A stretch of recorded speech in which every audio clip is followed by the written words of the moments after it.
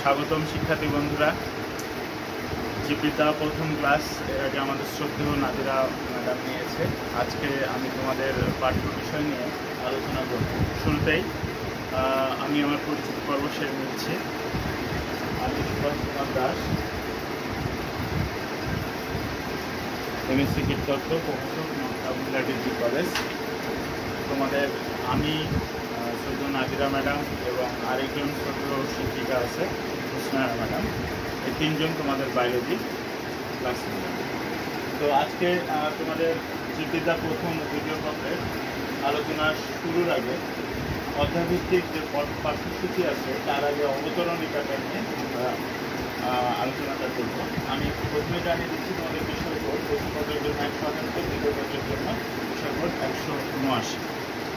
এসে তাহলে আমরা অবতরণিকাটা জেনে নিই। আসলে পৃথিবীতে বহু জীব আছে যেগুলোকে আমরা তাদের বৈশিষ্ট্য অনুসারে পৃথক পৃথকভাবে স্থান দিয়ে থাকি এবং আলোচনার সুবিধার্থে এবং জ্ঞানার্জনের উদ্দেশ্যে এবং জানার উদ্দেশ্যে সেগুলোকে আলোচনা করি। এখন সেগুলো নিয়ে আলোচনা করব।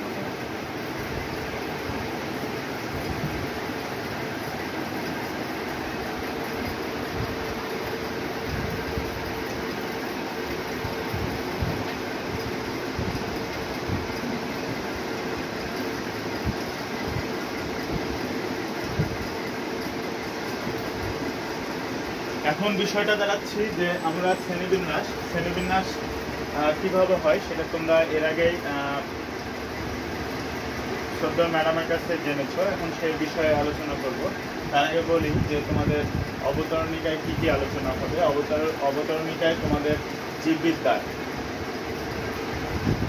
শাখা সম্পর্কে আলোচনা করা হবে। জীববিদ্যার তিনটি শাখা, বিশুদ্ধ, ফলিত, বিশেষ। এই তিনটি শাখা, বিশুদ্ধ, ফলিত আর বিশেষ শাখা। এই বিশুদ্ধ শাখার মধ্যে থিওরিক্যাল নলেজ আলোচনা করা হবে এবং ফলিত শাখার মধ্যে প্র্যাকটিক্যাল নলেজ আর বিশেষ স্পেশাল বা ডিফারেন্ট অ্যাপ্লাইড অ্যাক্টিভিটিস সম্পর্কে আলোচনা করা হবে। এখন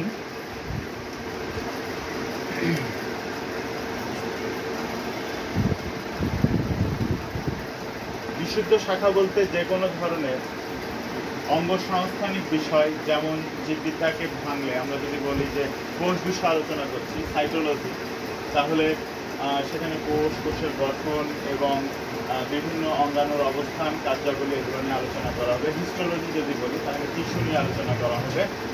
জেনেটিক্স নিয়ে আলোচনা করলে বংশগতি বিষয় নিয়ে আলোচনা করা হবে। অপরদিকে এইভাবে আমরা বিভিন্ন শাখার নাম পাবো: ecology, classification, evolution, taxonomy, geography, biogeography ইত্যাদি নিয়ে আলোচনা করা হবে। আর ফলিত জ্ঞান যখন কোনো কিছু আবিষ্কার বা তৈরি অর্থাৎ প্র্যাকটিক্যাল নলেজ নিয়ে আলোচনা করা হবে তখন তাকে বলা হবে ফলিত জ্ঞান বা ফলিত জীববিজ্ঞান নিয়ে আলোচনা করলে তাকে ফলিত জীববিজ্ঞান বলা হবে। আর যদি স্পেশাল কোনো জিনিস নিয়ে আলোচনা করা হয়, যে চাষ, যেমন কচ্ছপ চাষ, সাপ চাষ, কম্বোজ, মুক্তা বা ঝিনুক চাষ, এগুলো নিয়ে হলে তাকে বিশেষ শাখা বলা হবে। এবার ফলিত শাখার মধ্যে দেখা যাচ্ছে যে সব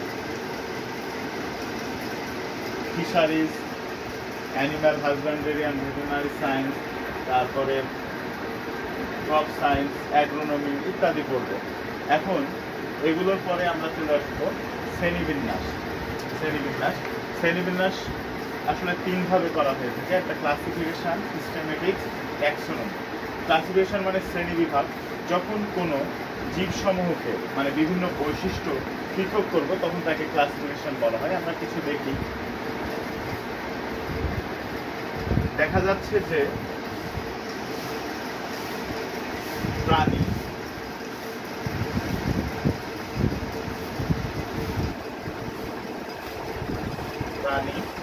চলতে পারে,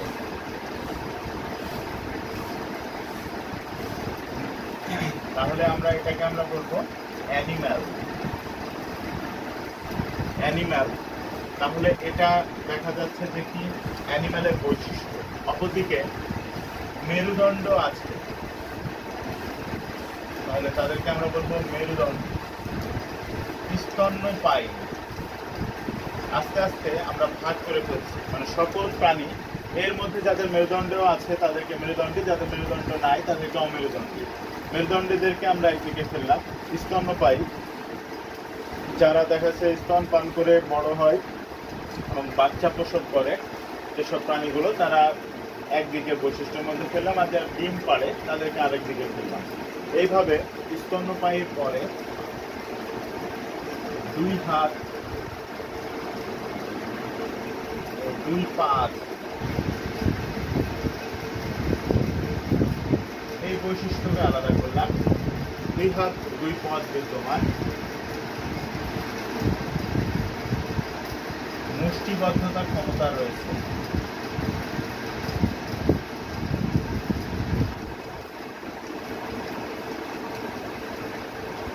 সুগঠিত স্নায়ুতন্ত্র বিদ্যমান।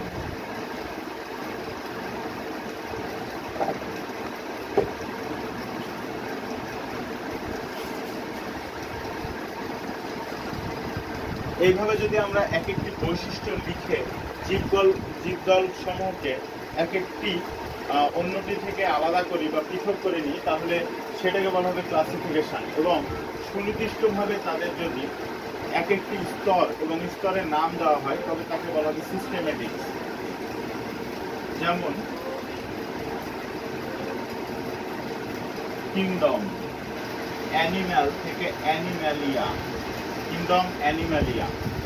মেরুদণ্ডের জন্য এটার নাম দেবো আমরা কডাটা।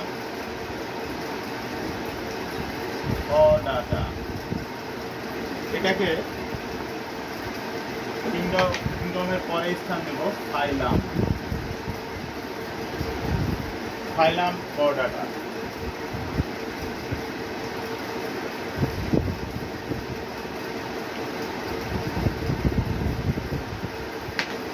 এবার দেখা যাচ্ছে যে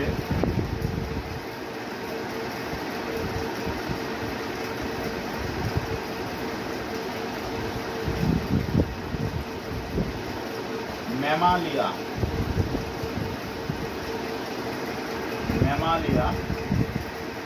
এটা হলো ক্লাস, তখন এখানে আমরা নাম দেব ক্লাস।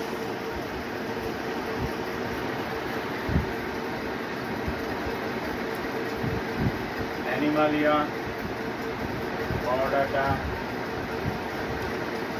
ক্লাস।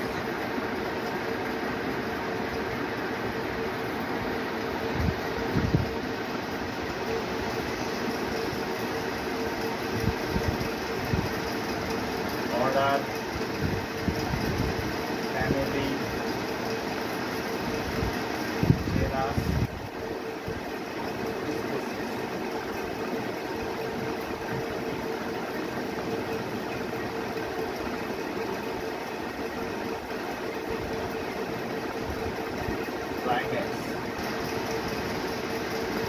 প্রাইমেটস।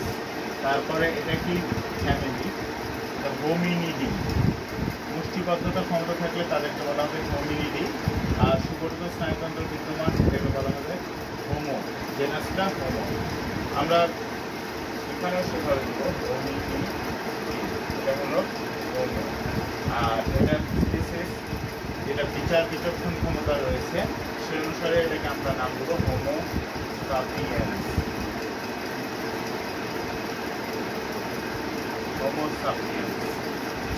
তাহলে দেখা যাচ্ছে যে যতক্ষণ পর্যন্ত স্তরায়নের নাম করা হলো ততক্ষণ পর্যন্ত এটা সিস্টেমেটিক বলা হবে। অবশেষে নামকরণ করা হয়ে গেলে এটাকে বলা হবে ট্যাক্সোনমি। কি বলা হবে? ট্যাক্সোনমি। এই প্রতিটি স্তরকে আলাদা আলাদাভাবে বলা হয় ট্যাক্সন। এটি একটি ট্যাক্সন, এটি একটি ট্যাক্সন। আর একসাথে এইটাকে বলা হয় ট্যাক্সা। একসাথে বলা হয় ট্যাক্সা। পর্যায়ক্রমিকভাবে 7টি স্তরকে একই সাথে এভাবে লিখলে এটাকে বলা হয় লিনিয়ার হায়ারার্কি। একসাথে যদি এভাবে লেখা হয় পর্যায়ক্রমিক, মানে উপর থেকে নিচের দিকে ক্রমান্বয়ে সিঁড়ির মতো, তাহলে এটাকে বলা হবে লিনিয়ার হায়ারার্কি।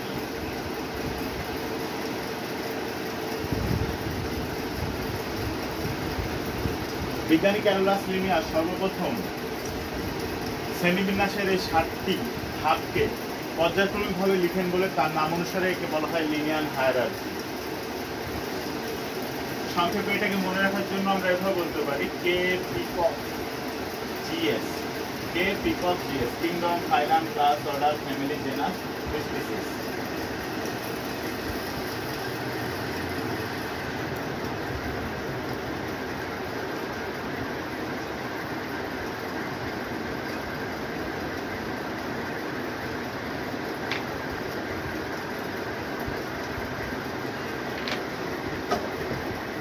এবার এসো আমরা আলোচ্য শ্রেণীবিন্যাসগুলোর নাম জেনে নিই। কি কি শ্রেণীবিন্যাস তোমাদের প্রথম পত্রে আলোচনা হবে।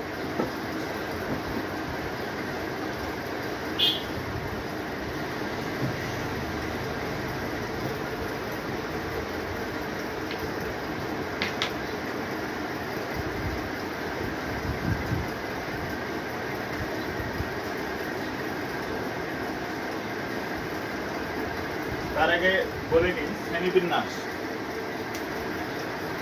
শ্রেণীবিন্যাস বিদ্যার জনক বা শ্রেণীবদ্ধ বিদ্যার জনক হলো বিজ্ঞানী ক্যারোলাস লিনিয়াস, এবং শ্রেণীবদ্ধ বিদ্যা বা শ্রেণীবিন্যাসটা সর্বপ্রথম তার দ্বারাই রচিত হয়।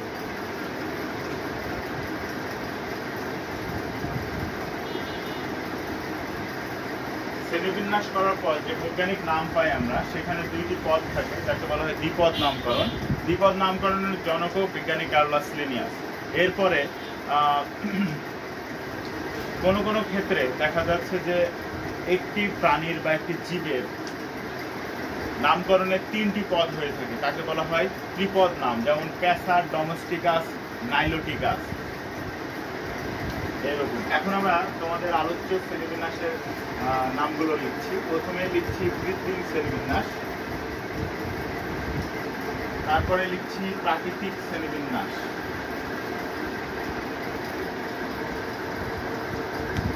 তারপরে হলো জাতিজনী,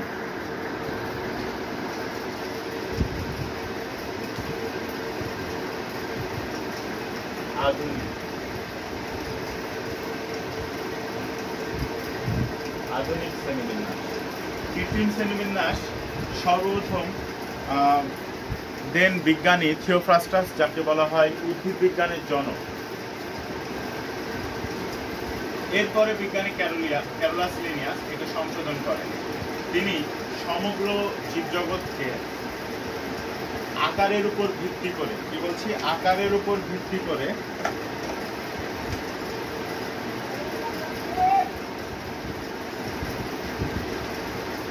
শ্রেণীবিন্যাস করেন। প্রাকৃতিকটা হলো ফুল ধারণের উপর,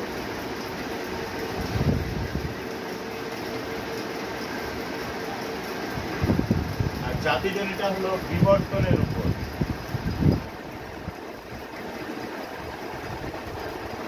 আর আধুনিকটা হলো জীবের প্রকৃতির উপর।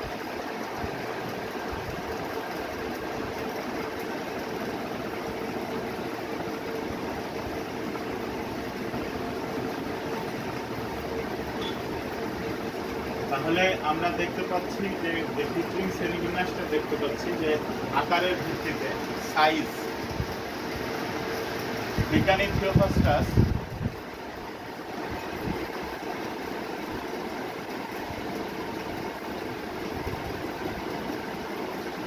হিস্টোরিয়া ডি প্ল্যান্টেরাম নামক বইতে সর্বপ্রথম এই শ্রেণীবিন্যাসটি বর্ণনা করেন। এরপরে বিজ্ঞানী ক্যারোলাস লিনিয়াস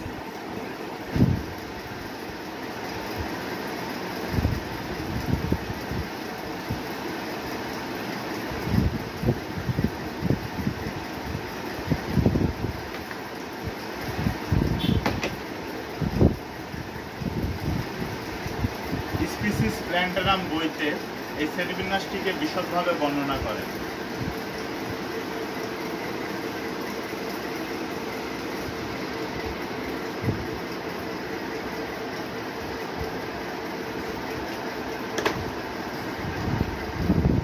এক নম্বর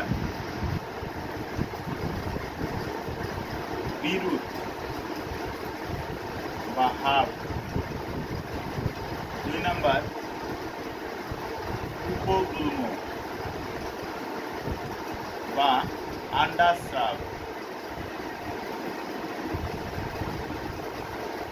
নাম্বার গুল্ম বা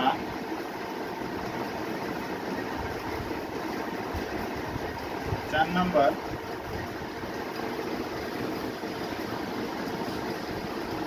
বৃক্ষ।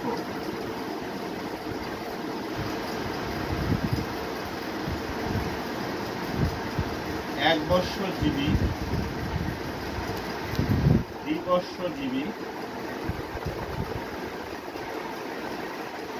বহুবর্ষজীবী।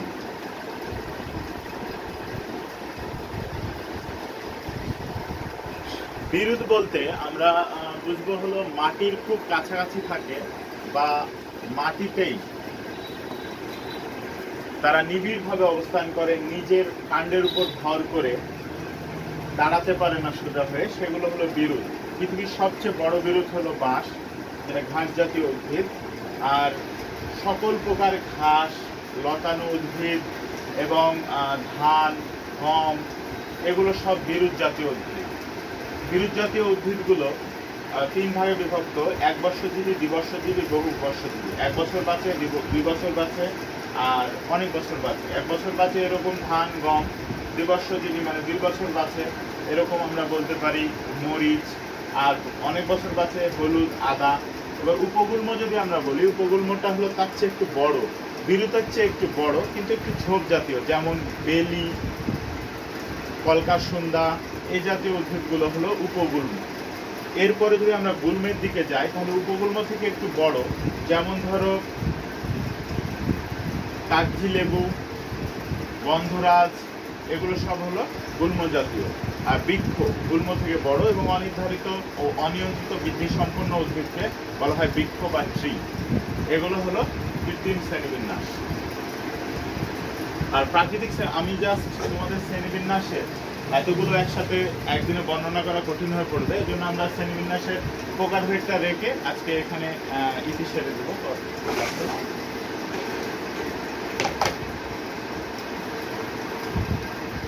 প্রাকৃতিক শ্রেণীবিন্যাসকে ফুল ধারণের ভিত্তিতে দুই ভাগে ভাগ করা হয়। একটা হলো ক্রিপ্টোগ্যামিয়া,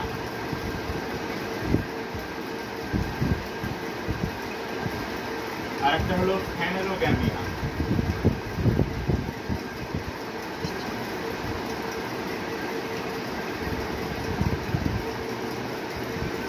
ক্রিপ্টোগ্যামিয়া অপুষ্পক, ফ্যানেরোগ্যামিয়া সপুষ্পক। ক্রিপ্টোগ্যামিয়াকে আরো 3 ভাগে ভাগ করা হয়।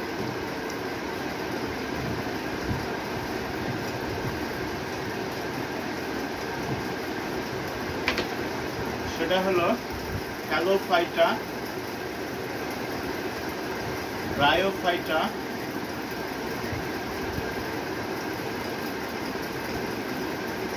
টেরিডোফাইটা।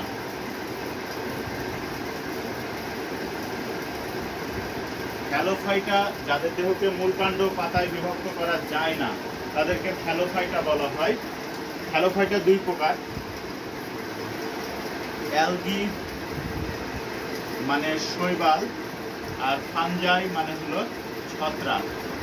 ব্রায়োফাইটা, টেরিডোফাইটা মানে মশবর্গীয়, ফার্নবর্গীয়।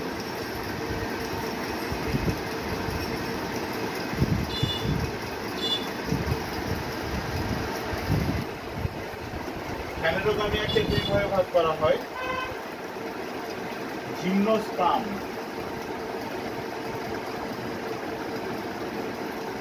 অ্যাঞ্জিওস্পার্ম।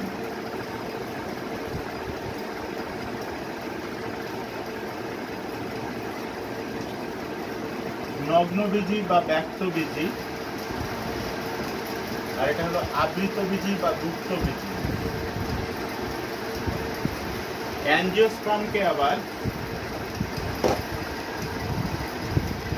বীজ ধারণের উপর ভিত্তি করে মনো, কটিলেডোনি,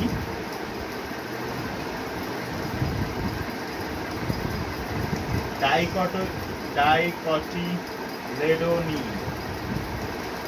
এই 2 ভাগে ভাগ করা হয়। এদেরকে আবার 3 ভাগে ভাগ করা হয়: মনোক্ল্যামিডি,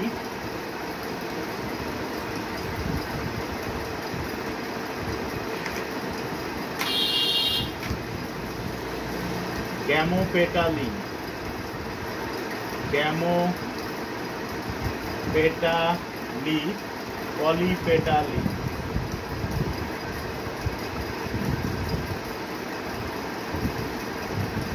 পেটালি একটু বলে নিই। শৈবাল ছত্রাক, সালোকসংশ্লেষণে সক্ষম, ফাঞ্জাই, সালোকসংশ্লেষণে অক্ষম, ক্লোরোফিল থাকে, ক্লোরোফিল থাকে না, অথবা কিছু কিছু ক্ষেত্রে উপস্থিত থাকতে পারে। এর সঞ্চিত খাদ্য হলো স্টার্চ বা শর্করা, আর ফাঞ্জাইয়ের হলো গ্লাইকোজেন সঞ্চিত খাদ্য। ব্রায়োফাইটা মশবর্গীয়, টেট্রাফাইটা ফার্নবর্গীয়। জিমনোস্পার্ম নগ্নবীজি বা ব্যক্তবীজি, উদাহরণ সাইকাস, স্পাইনাস, যেগুলো গর্ভাশয় থাকে না, এর জন্য ফুলও হয় না, গর্ভাশয় থাকে না, এর জন্য বীজ হয় না, ফুল হয়।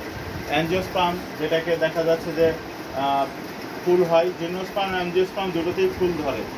আর অ্যাঞ্জিওস্পার্মে আবৃতবীজিকে দুই ভাগে, একবীজপত্রী, দ্বিবীজপত্রী দুই ভাগে ভাগ করা হয়। দ্বিবীজপত্রীকে আবার মনোক্লাইমেট, যাদের পাপড়ি থাকে না ফুলে। আর গ্যামোপেটালি, যাদের পাপড়ি থাকে কিন্তু একসাথে যুক্ত থাকে। পলিপেটালি, যাদের পাপড়ি থাকে এবং পাপড়িগুলো মুক্তভাবে বিচরণ করতে পারে। এই হলো প্রাকৃতিক শ্রেণীবিন্যাস। প্রাকৃতিক শ্রেণীবিন্যাসটি বিজ্ঞানী জর্জ বেনথাম ও Joseph Dalton Hooker, George Bentham ও জোসেফ ডাল্টন বুকার জেনেরা প্ল্যান্টেরাম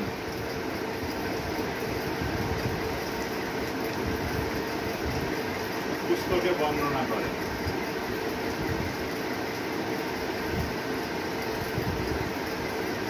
আর জাতিজনিক শ্রেণীবিন্যাস, সেটা বহু বিজ্ঞানী বহুভাবে বর্ণনা করেন। তাদের মধ্যে আমরা নাম লিখছি ডক্টর তাক্তা-ওয়ান,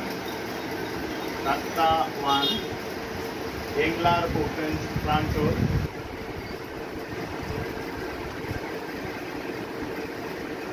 হাচিনসন, বেসি প্রমুখ। আর আধুনিক শ্রেণীবিন্যাস তোমরা জানো, বিজ্ঞানী হুইটেকার প্রদান করেন সর্বপ্রথম, যেটি 5টি জগৎ বা পঞ্চজগৎ শ্রেণীবিন্যাস বলা হয়। পরবর্তীতে মার্গুলিস এই শ্রেণীবিন্যাসটিকে সংশোধন করেন। 5টি জগতের নাম তোমরা ইতিমধ্যে এসএসসিতে পড়েছো।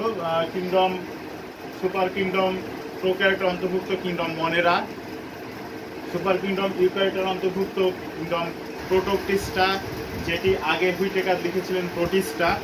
তারপরে kingdom fungi, kingdom plenty, kingdom Animalia. Animalia মানে প্রাণী, প্ল্যান্টি মানে উদ্ভিদ, ফাঞ্জাই মানে ছত্রাক আলোচনা করা হবে, আর প্রোটিস্টা বা প্রোটোক্টিস্টা মানে এককোষী জীব নিয়ে আলোচনা করা হবে। আর মনেরা অকোষীয় ভাইরাস বা অকোষীয় ব্যাকটেরিয়া, এগুলো নিয়ে আলোচনা করা হবে।